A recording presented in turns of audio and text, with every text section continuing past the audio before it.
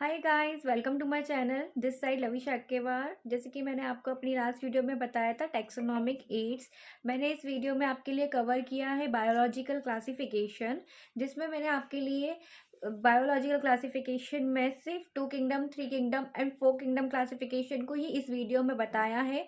और बाकी 5 किंगडम और 6 किंगडम क्लासिफिकेशन मैं आपको अपनी नेक्स्ट वीडियो में बताऊंगी। वीडियो ज़्यादा लंबा ना हो जाए, इसीलिए मैंने 5 किंगडम और 6 किंगडम क्लासिफिकेशन इसमें इंक्लूड नहीं किया है। तो 2 किंगडम, 3 किंगडम क्लासिफिकेशन की सारी इंफॉर्मेशन मैंने इस वीडियो में दी है। यदि आपको मेरा वीडियो पसंद आता है तो प्लीज़ मेरे चैनल को लाइक, शेयर एंड सब्सक्राइब करना बिल्कुल मत भूलिएगा, और बेल आइकन को प्रेस करना बिल्कुल मत भूलिएगा, ताकि मेरी नोटिफिकेशन आपको सबसे पहले मिले। ठीक है, तो without wasting our time let's go for our video.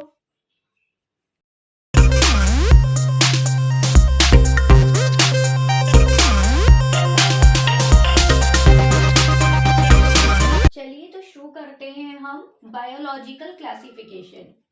Biological classification में हम पढ़ेंगे 2 kingdom classification, 3 kingdom classification and 4 kingdom classification. 5 kingdom classification and 6 kingdom classification मैं अपने नेक्स्ट वीडियो में पढ़ाऊंगी आपको, ताकि वीडियो लंबा ना हो जाए। इसीलिए 5 और 6 किंगडम मैं आपको अपनी नेक्स्ट वीडियो में पढ़ाऊंगी। ठीक है, बहुत सारे साइंटिस्ट आए, उन्होंने अपना अलग अलग मत दिया, अलग अलग क्लासिफिकेशन किया उनके अकॉर्डिंग, ताकि हम जितने भी ऑर्गेनिज्म जो भी हमारी अर्थ पे प्रेजेंट है उनको इजी तरीके से आइडेंटिफाई कर पाए, उन्हें इजी तरीके से हम पढ़ पाए। इसीलिए बहुत सारे साइंटिस्ट ने अपने अपने मत दिए, उनके अकॉर्डिंग ये हम लोग क्लासिफिकेशन कर सकते हैं। ठीक है, जैसे कि पहले आए थे एरिस्टोटल, उन्होंने सबसे पहले उन्होंने साइंटिफिक क्लासिफिकेशन किया। एरिस्टोटल ने उन्होंने देखा मॉर्फोलॉजिकल कैरेक्टरिस्टिक्स की देखी प्लांट्स और एनिमल्स के अंदर। ठीक है, उन्होंने प्लांट्स में अगर मॉर्फोलॉजिकल कैरेक्टरिस्टिक्स देखी तो क्या देखी, प्लांट हर्ब्स एंड सर्ब्स के बेसिस पे ही क्लासीफाई करा उन्होंने जो भी किया। जैसे कि अगर कोई भी उन्हें प्लांट्स दिखा, तो प्लांट या ट्री कोई दिखा तो ग्रीन कलर का है जैसे कि, तो उसे प्लांट्स या ट्री में डाल दिया। ठीक है, और छोटे प्लांट्स हैं तो हर्ब्स या सर्ब्स में डाल दिया उन्होंने, बड़े हैं तो ट्रीज में डाल दिया। ठीक है, इसी तरीके से उन्होंने एनिमल्स में क्लासिफिकेशन किया, तो एनिमल्स में भी 2 ग्रुप में क्लासीफाई किया। पहले ग्रुप में उन्होंने ऐसे एनिमल्स को रखा जिनके पास रेड ब्लड्स हो। ठीक है, ऐसे एनिमल को रखा। सेकंड ग्रुप में उन्होंने क्या रखा, ऐसे एनिमल्स को रखा जिनके पास रेड ब्लड ना हो। सिर्फ उन्होंने क्या देखा, मॉर्फोलॉजिकल कैरेक्टरिस्टिक्स के अकॉर्डिंग ही एरिस्टोटल ने क्लासिफिकेशन किया। बट इसमें भी कुछ कुछ ड्रॉबैक्स थे, जैसे कि इनके क्लासिफिकेशन के अकॉर्डिंग ना यूनिसेल्युलर मल्टीसेल्युलर ऑर्गेनिज्म को मतलब डिफ्रेंशिएट नहीं करा इन्होंने। ठीक है, और यूकैरियोटिक प्रोकैरियोटिक डिफ्रेंशिएट नहीं किया। ठीक है, और मल्टी सेल्यूलर और यूनिसेल्युलर ऑर्गेनिज्म को उन्होंने डिफ्रेंशिएट नहीं कर पाया था ये क्लासिफिकेशन। इसीलिए ये क्लासिफिकेशन हमने, इस क्लासिफिकेशन के बाद और साइंटिस्ट आए जिन्होंने अपने अलग अलग क्लासिफिकेशन और किया। ठीक है, अब हम देखते हैं बायोलॉजिकल क्लासिफिकेशन आखिर है क्या। तो बायोलॉजिकल क्लासिफिकेशन में क्या होता है कि हम जितने भी ऑर्गेनिज्म होते हैं उसे आइडेंटिफाई कर पाएँ, डिस्टिंग्विश करें और उसको एक ग्रुप में उसको एक जगह दें, उसके सिग्निफिकेंस फीचर को हम आइडेंटिफाई कर पाएँ, उनके रिलेशनशिप को आइडेंटिफाई कर पाएँ। इसी को हम एक बायोलॉजिकल क्लासिफिकेशन कहते हैं। ठीक है, और बायोलॉजिकल क्लासिफिकेशन क्या है कि जैसे कि वास्ट नंबर ऑफ ऑर्गेनिज्म हमारी अर्थ पे अगर प्रेजेंट है तो उनको ना एक एक अलग अलग ग्रुप में प्लेस करना, कैटेगरीज देना। ठीक है, कि ये ऑर्गेनिज्म इस कैटेगरी में फिट बन रहा है, ये ऑर्गेनिज्म कैटेगरी में फिट बन रहा है। तो यही चीज को हर ऑर्गेनिज्म को अलग अलग कैटेगरी या ग्रुप में प्लेस करना, इसी प्रोसेस को कहते हैं हम बायोलॉजिकल क्लासिफिकेशन। ठीक है, जैसे कि प्लांट है तो प्लांट की कैटेगरी में रखेंगे, एनिमल है तो उसे एनिमल की कैटेगरीज में रखेंगे। और कोई ऑर्गेनिज्म ऐसे होते हैं जो ना प्लांट की कैटेगरी शो करते हैं, ना ही कोई एनिमल की कैटेगरी शो करते हैं, तो उसे अलग कैटेगरी या अलग किंगडम में रखेंगे। ठीक है, तो ये ही होता है बायोलॉजिकल क्लासिफिकेशन। ठीक है, आगे हम इन बायोलॉजिकल क्लासिफिकेशन को 1 बाय 1 पढ़ते चलते हैं। चलिए अब हम देखते हैं नंबर ऑफ क्लासिफिकेशन। ठीक है, कैसे कैसे क्लासिफिकेशन हुआ है। ठीक है, तो नंबर ऑफ क्लासिफिकेशन में हम देखेंगे यहाँ पर 2 kingdom, 3 kingdom, 4 kingdom, 5 kingdom, 6 kingdom classification किया था, जो अलग अलग साइंटिस्ट ने किया है। ठीक है, 2 kingdom 3 kingdom, 4, 5 and 6 kingdom classification किया था, जो अलग अलग साइंटिस्ट ने किया था। ठीक है, तो जिसमें हम फर्स्ट पढ़ेंगे 2 किंगडम क्लासिफिकेशन। ठीक है, तो 2 किंगडम क्लासिफिकेशन किसने दिया था? 2 किंगडम क्लासिफिकेशन दिया था कैरलस लीनियस ने। किसने दिया है? कैरलस लीनियस ने दिया है 2 किंगडम क्लासिफिकेशन। और कब दिया था? 1758 में उन्होंने दिया है क्लासिफिकेशन ये। ठीक है, इस क्लासिफिकेशन के अकॉर्डिंग उन्होंने जो ऑर्गेनिज्म को डिवाइड किया था इनटू 2 किंगडम में, जो कि कौन कौन से थे?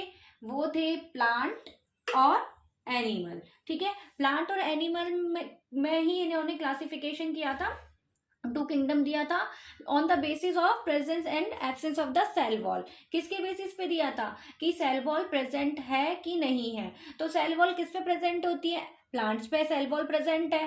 ठीक है, एनिमल्स के पास सेल वॉल नहीं होती है, ओनली प्लांट्स के पास सेल वॉल होती है। तो इस बेसिस के अकॉर्डिंग उन्होंने ये क्लासिफिकेशन किया था प्लांट्स और एनिमल्स को ही लेकर, जिसे 2 किंगडम क्लासिफिकेशन कहते हैं। ओके, तो इस क्लासिफिकेशन के कुछ ड्रॉबैक्स भी थे। ठीक है, तो ये क्लासिफिकेशन, अब हम देखते हैं कुछ ड्रॉबैक्स देखते हैं 2 किंगडम क्लासिफिकेशन के, कि इस 2 किंगडम क्लासिफिकेशन के क्या क्या ड्रॉबैक्स हैं।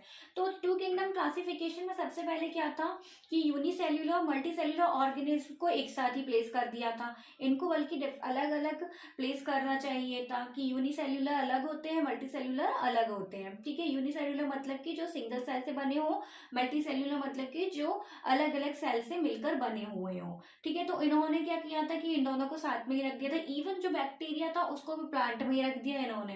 ठीक है, तो ये इसका ड्रॉबैक है। ठीक है, और कहता है यूनिसेल्युलर प्लांट जैसे कि डायएटम्स या डायनोफ्लैजिलेट्स, और एनिमल जैसे प्रोटोजोन्स। ठीक है, तो ये एक जैसे दिखते हैं, रिजेंबल कैटेगरीज है ये, मतलब कि एक जैसे दिखते हैं, लेकिन इनको सेपरेट ग्रुप में रख दिया था और सेपरेट किंगडम में रख दिया था। तो ये एक और ड्रॉबैक है इसका। ठीक है, और फिर क्या था कि इन्होंने जो ना जैसे कि कुछ ऑर्गेनिज्म है जैसे लाइकेन्स है और वायरसेस है, तो उनको कोई किंगडम में रखा ही नहीं इन्होंने, कोई इसको ग्रुप ही नहीं दिया लाइकेन्स और वायरसेस को। ठीक है, दोनों 2 किंगडम क्लासिफिकेशन में उनकी कुछ मॉर्फोलॉजी कैटेगरीज या उनकी पर्टिकुलर कोई कैटेगरीज को देखते हुए, तो ये भी इसका सबसे बड़ा एक ड्रॉबैक है। ठीक है, और इन्होंने क्या किया 2 किंगडम क्लासिफिकेशन में कि जो यूकैरियोटिक और प्रोकैरियोटिक्स होते हैं उनको भी डिफरेंशिएट नहीं किया, उनको भी एक ही उसमें कैटेगरीज में एक ही ग्रुप में रख दिया। ठीक है, जैसे कि यूकैरियोटिक जो होते हैं वो उनके पास वेल डेवलप्ड न्यूक्लियस होता है, और प्रोकैरियोटिक्स जो होते हैं उनके पास वेल डेवलप्ड न्यूक्लियस नहीं होता है, तो ये इसको डिफरेंशिएट नहीं कर पाए। ठीक है, तो ये कुछ ड्रॉबैक्स थे 2 किंगडम क्लासिफिकेशन के, जो जो हमारा 2 किंगडम क्लासिफिकेशन है उसके कुछ ड्रॉबैक हैं। ये मैंने आपको डायग्राम शो किया है 2 किंगडम क्लासिफिकेशन का, जो कि कैरलस लीनियस ने दिया है 1758 में। ठीक है, इन्होंने क्लासिफाई किया था सिर्फ प्लांट्स और एनिमल के बेसिस पे। ठीक है, तो प्लांट्स में जितने भी प्लांट्स हैं वो आए थे और एनिमल्स। ठीक है, तो ये 2 किंगडम क्लासिफिकेशन का एक मैंने आपको डायग्राम दिखाया है। ठीक है, चलिए आगे चलते हैं। चलिए अब हम बताते हैं आपको 3 किंगडम क्लासिफिकेशन। 3 किंगडम क्लासिफिकेशन जो है वो दिया गया था अर्नस्ट हकल ने 1866 में। ठीक है, 2 किंगडम क्लासिफिकेशन जो था वो किसने दिया था? वो दिया था कैरलस लीनियस ने। ठीक है, तो इनके अकॉर्डिंग क्या था, इन्होंने न्यू ग्रुप लेकर आए थे जिसका नाम था प्रोटिस्टा। ठीक है, तो प्रोटिस्टा ग्रुप में ऐसे ऑर्गेनिज्म को इन्होंने रखा जो कि ना ही एनिमल्स की कैटेगरी को शो करता है ना ही प्लांट की कैटेगरीज को शो करता है। ठीक है, तो ऐसे ऑर्गेनिज्म को इन्होंने नए किंगडम में रख दिया जिसका नाम था प्रोटिस्टा। ठीक है, तो प्रोटिस्टा में इन्होंने ये ऐसे ऑर्गेनिज्म को रखा जो कि यूनिसेल्युलर यूकैरियोटिक माइक्रो ऑर्गेनिज्म है। ठीक है, जो कि ना ही प्लांट की कैटेगरी शो करते हैं ना ही एनिमल्स की। ठीक है, तो प्रोटिस्टा, प्लांटी और एनिमेलिया 3 इन्होंने किंगडम्स दिए, इसीलिए ये कहलाया 3 किंगडम क्लासिफिकेशन। प्रोटिस्टा में ऐसे ऑर्गेनिज्म आए जिनमें ऐसे ऑर्गेनिज्म जो प्लांट और एनिमल्स की दोनों की कैटेगरी शो नहीं करते हैं। ठीक है, तो इसमें रख दिया, सारे एक्वेटिक जो होते हैं सारे इसमें आ जाते हैं। ठीक है, और प्लांटी में क्या है, जितने भी प्लांट्स, ट्रीज, हर्ब, शब्स हैं तो इसमें आ गए, और एनिमल्स में जितने भी एनिमल्स हैं वो आ जाते हैं। ठीक है, तो ये था 3 किंगडम क्लासिफिकेशन। आपको बताया 3 किंगडम क्लासिफिकेशन का एक डायग्राम, फ्लो चार्ट। ठीक है, 3 किंगडम क्लासिफिकेशन में क्या है, प्रोटिस्टा, प्लांटी, एनिमेलिया। ठीक है। प्रोटिस्टा में क्या आ जाता है, यूनिसेल्युलर जो भी ऑर्गेनिज्म होते हैं जैसे कि फंजाई और बैक्टीरिया, तो वो प्रोटिस्टा में आ जाते हैं। ठीक है। और प्लांटी में क्या है, प्लांटी में सारे मल्टी सेल्युलर प्लांट्स आ जाएंगे। ठीक है। और एनिमेलिया में क्या होगा, मल्टी सेल्युलर सारे एनिमल्स आ जाएंगे। तो ये एक पूरा फ्लो चार्ट, एक डायग्राम मैंने आपको 3 किंगडम क्लासिफिकेशन का यहाँ पर शो किया है। चलिए आगे चलते हैं। अब हम देखते हैं 4 किंगडम क्लासिफिकेशन। 4 किंगडम क्लासिफिकेशन में क्या था, 4 किंगडम क्लासिफिकेशन कॉपलाइन ने दिया था 1956 में। ठीक है। ये एक अमेरिकन टेक्सोनॉमिस्ट थे जिन्होंने बताया था जितने भी प्रोकैरियोटिक ऑर्गेनिज्म है जैसे कि बैक्टीरिया, साइनोबैक्टीरिया, उनको एक अलग सेपरेट किंगडम में रखा गया था जिसका नाम था मोनेरा। ठीक है। अब हमने आगे जो 3 किंगडम क्लासिफिकेशन में पढ़ा था प्रोटिस्टा, तो प्रोटिस्टा में कैसे ऑर्गेनिज्म को रखा था, सारी यूनिसेल्युलर ऑर्गेनिज्म जो यूकैरियोटिक थे उन्हें रखा था अपन ने प्रोटिस्टा में। ठीक है। तो जैसे कि जैसे फंजाई की तरह जो अभी भी है, मतलब रिजेंबल प्रॉपर्टी शो करती है प्लांट्स की तरह। ठीक है। बस इस किंगडम का सबसे बड़ा जो ड्रॉबैक था, the main drawback of this system is that कि जो भी थे ना, इसमें क्या है, फंजाई को प्रॉपरली प्लेस नहीं किया गया था, मतलब कि फंजाई को कोई क्लासिफिकेशन का है कॉपलैंड के द्वारा दिया गया था। 4 किंगडम क्लासिफिकेशन में 4 किंगडम्स है। First Monera, second protista, third Metaphyta, Metaphyta को प्लांटी भी कहते हैं, और मेटाजोआ जिसको हम एनिमेलिया कहते हैं। मोनेरा में क्या होता है, जितने भी प्रोकैरियोटिक ऑर्गेनिज्म होते हैं वो मोनेरा कैटेगरी में या मोनेरा किंगडम में रखे जाते हैं, और जितने भी प्रिमिटिव यूकैरियोटिक्स प्लांट होते हैं उनको रखा जाता है प्रोटिस्टा में। ठीक है। तो ये पूरा एक फ्लो चार्ट है जो कॉपलैंड के द्वारा दिया गया था।